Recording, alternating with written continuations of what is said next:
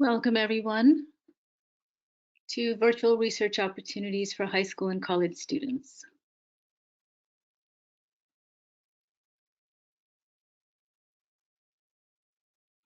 I just wanted to let you know that we will be having a 30 to 45-minute presentation today, and we'll have Q&A at the end. So if you have any questions, please reserve those for the end of the webinar. And also be sure to silence your phone so you can concentrate on what we're talking about today. Thank you. So I just wanted to share a little bit about Ivy League Potential. We are a world-class college admissions counseling firm. We help students in 8th to 12th grade develop an action plan and get into the college of their dreams.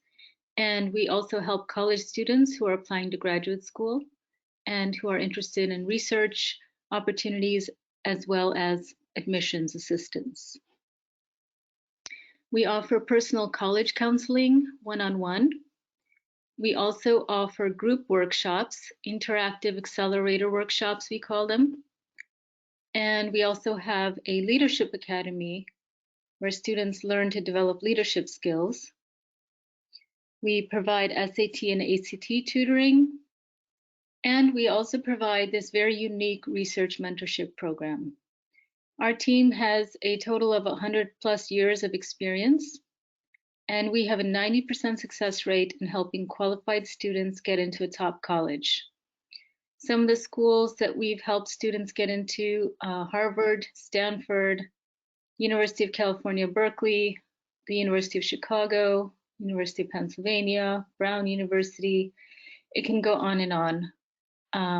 But I just wanted to give you an idea. Today we're going to focus on the research mentorship program that we offer, but I wanted to give you an idea of the other services we provide as well. So I just wanted to share a little bit about who I am. I am Sonia Lal. I am a former Harvard admissions interviewer, and I'm a Harvard graduate and a former teacher. My essay writing expertise was featured in Admitsee's book, and I'm currently writing a book on leadership for teenagers. Particularly, I wanted to highlight some of my background related to science and research. I was a semi-finalist in the Regeneron Science Talent Search when I was in high school. Back then it was called the Westinghouse Science Talent Search. And I had done research at the University of Chicago, and I personally believe that that was key in helping me get into Harvard. In addition to my own background in research, I served as a judge for the International Science and Engineering Fair, which, as you know, is one of the top competitions for high school student researchers. I also have served on the Illinois Math and Science Academy Student Research Evaluation Team and the Admissions Committee.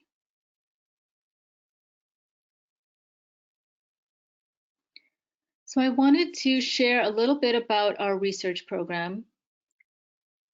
In the program, high school students, college students, and anyone applying to graduate school who wants to partake of this program has the opportunity to work one-on-one with a top university professor, lecturer, or researcher in the field.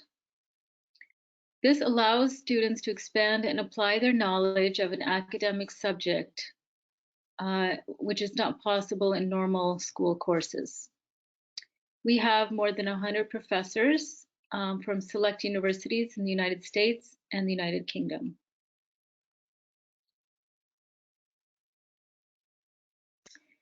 Some of the professors that are in our network come from top universities: Harvard University, MIT, Princeton, Columbia.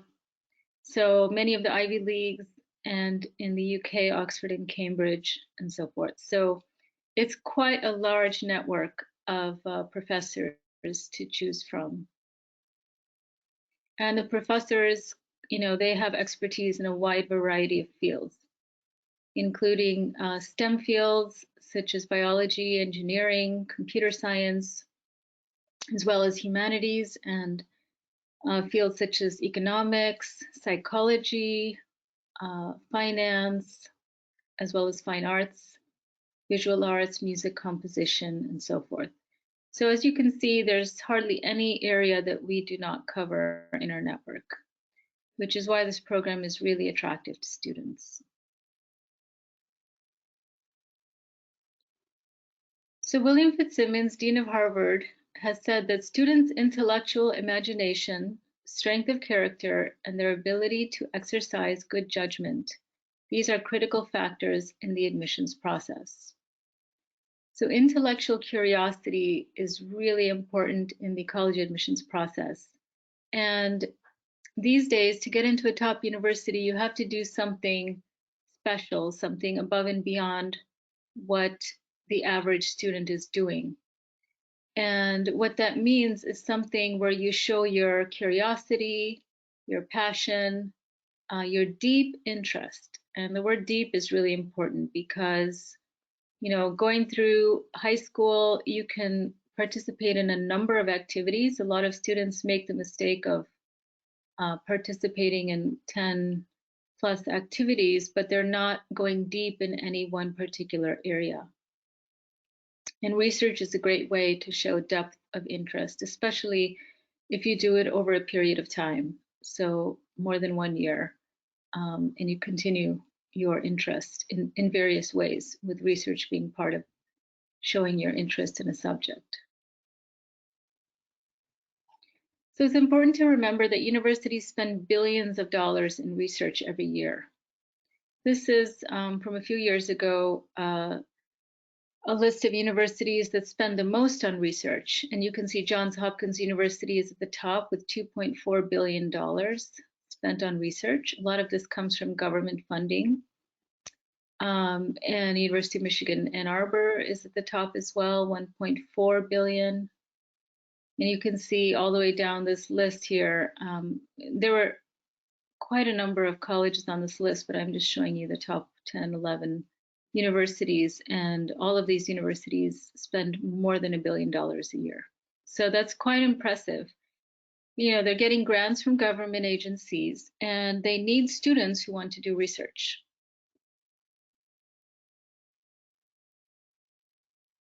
They want budding researchers who are going to win awards, who are going to come out with the next cure for cancer. It's really interesting to note that after the Regeneron Science Talent Search winners are announced in January of each year, many Ivy League universities check their database of who applied to their university, and then they flag the applications from the top 300 semifinalists. So this greatly increases their chances of admission. Similarly, if a student has an interest in music or art and they provide a sample and they show their talent in that area, the university will flag their application. So it's a similar process. It's wonderful, if you can participate in a competition and gain some recognition. Regeneron Science Talent Search, I think 1 in 6 students who apply to this competition do make it to the semifinalist list. So that's not bad. I wanted to just check and see if you could type in the chat box. It sounds like you have an interest in research or you wouldn't be here. What have you done to find a research opportunity, and were you successful? I'm just curious to see what people say. The landscape has changed quite a bit because of COVID, obviously, but I'm very curious to see what people have tried. So if everyone could just take a minute and do that, I would appreciate it.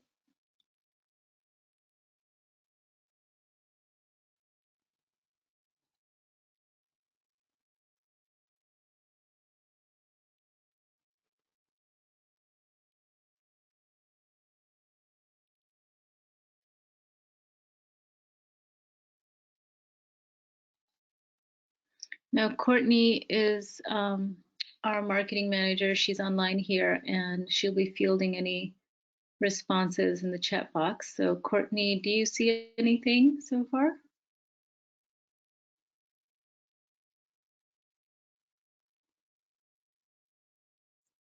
If you are talking, I cannot hear you. But I don't see anything in the chat box. So does this mean that no one has tried? Hi, Sonia. Can you hear me okay? Now I can hear you. Thanks, Courtney. Okay. We've got a couple answers here. Let me see. So a research program that's in Yale University. Another response says, at this point, we are only learning about it.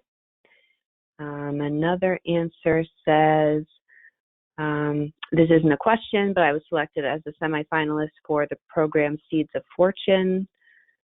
Another answer is, I am co-chairwoman in our school's monthly newsletter, researching calls to action, etc. Another answer, I don't know where to start, that's why I came here.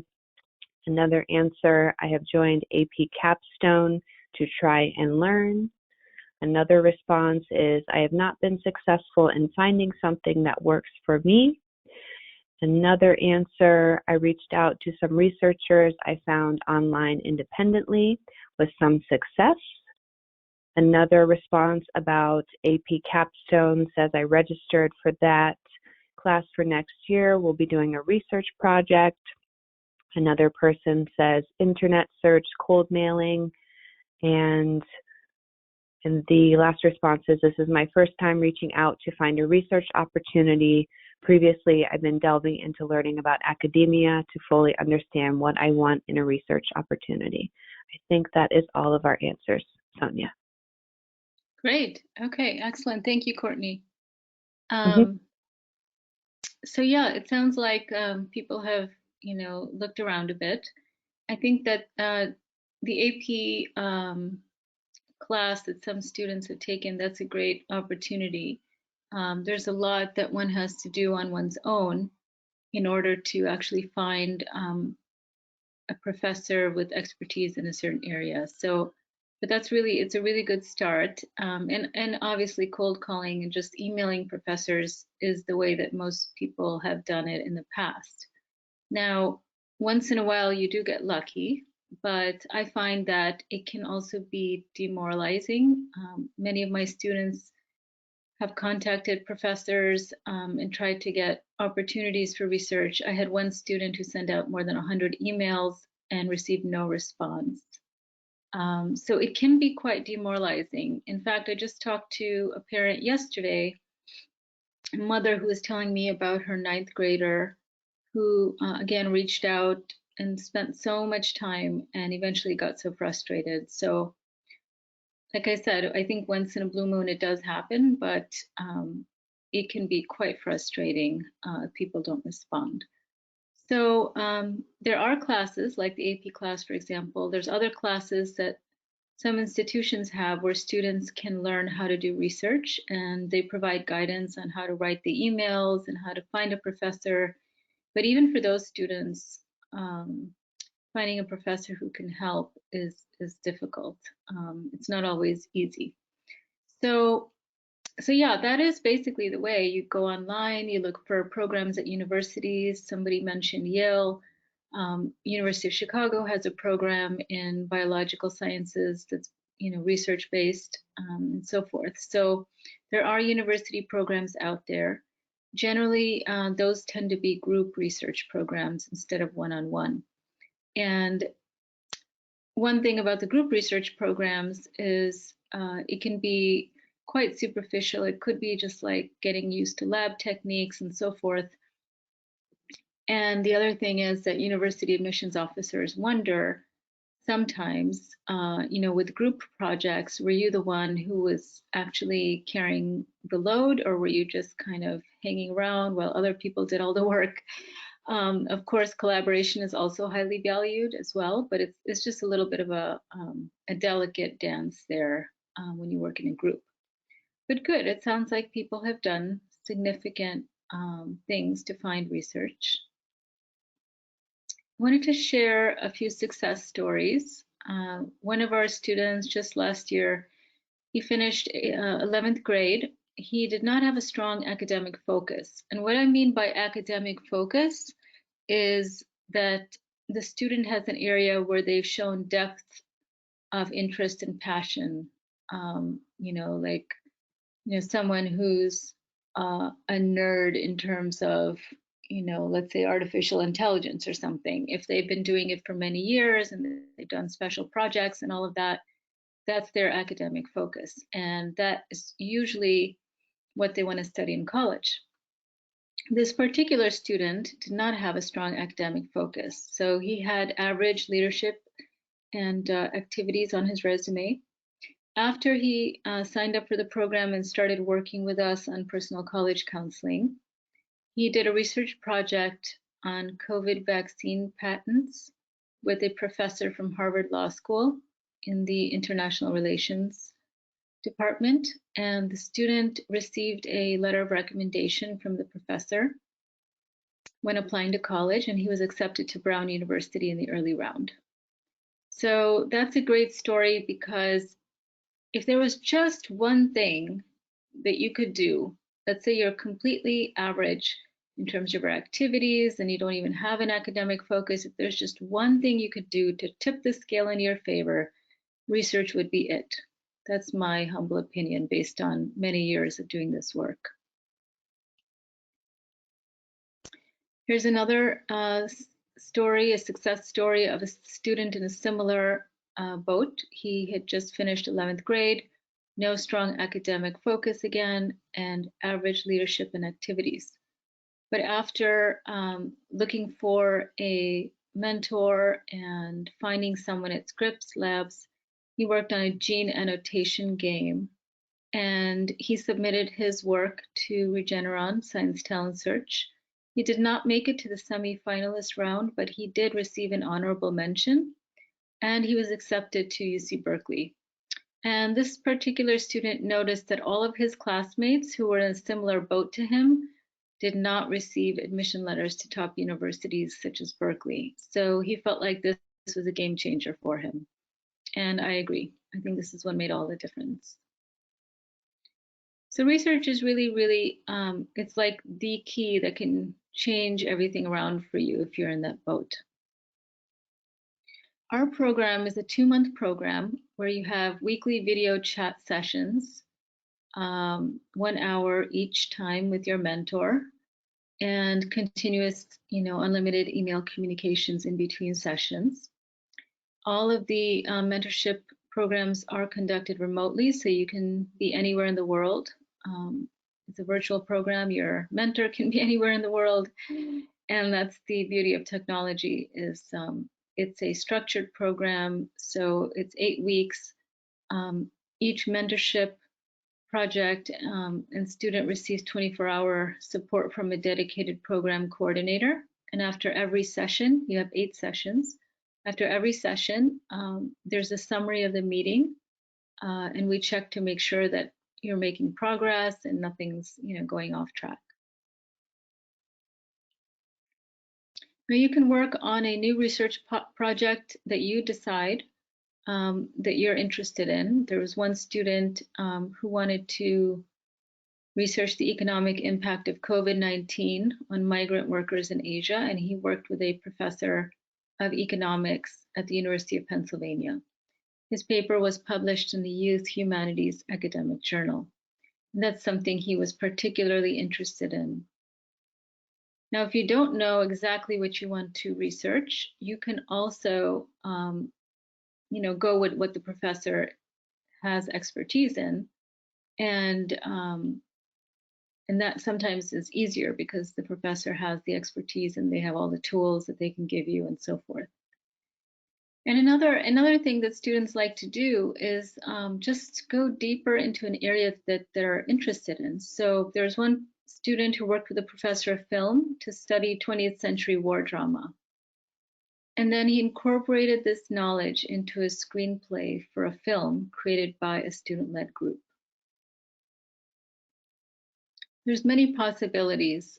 It can be science, it can be humanities, it can be just something to explore. It could be something you actually want to publish. There's no limits. These are some of the publications that are popular for students. And And what we look for, the program is, it's an application-based program. Not everyone is invited to join because you'll see in a few minutes, we're going to go into more detail on some of the projects, but they're quite in-depth. They're university level research projects. So at the very least, the student, if you're in high school or even college, should have a minimum 3.5 GPA, be passionate about a subject area. You could also be just using this program to explore a career path. And of course, we love students who are willing to learn and accept responsibility. So no slackers. But obviously, I think that makes sense because you're going to be working with a top university professor. So you really need to be someone who could be reliable, show up, do the work. It usually takes an average of 5 to 7 hours a week, but it can take longer if you're interested in putting in more time, and you might end up doing a better job if you do. Now, we hope there's many things students will gain in addition to knowledge and being challenged. We hope that they will learn from the professor, have better communication skills, and also basically write a research paper that fulfills the goals.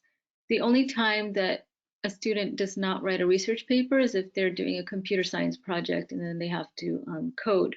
Then they have a coding project to show for their work. So here's an example of a student who was interested in working with a professor at Columbia on a mechanical engineering project.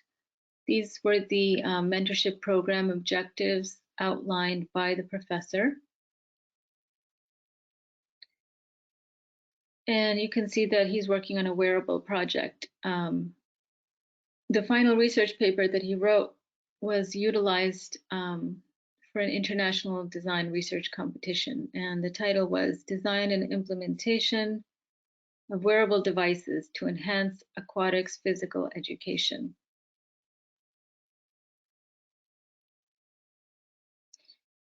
So, you can see it's quite in depth. This student was admitted with a full scholarship to the University of Chicago and scholarships at many other universities as well. Caltech, he was admitted to, and that's pretty hard to get into, Caltech. It's so small. Here's another student's project who worked with a professor from Johns Hopkins University. And this student was working to assess the most suitable and affordable housing strategy for residents of the Dominican Republic. And this was a really interesting project. You can see it's quite in depth, the kind of graphs and work that the student had to do with the professor. The professor wrote a meeting summary after each session so we could make sure everything was on track. He was learning about everything related to civil structures, loads, structural design, and inputting that into computer software. It's a really fascinating project. Obviously, the professor provided him with the right resources so that he could get his project done in a timely manner.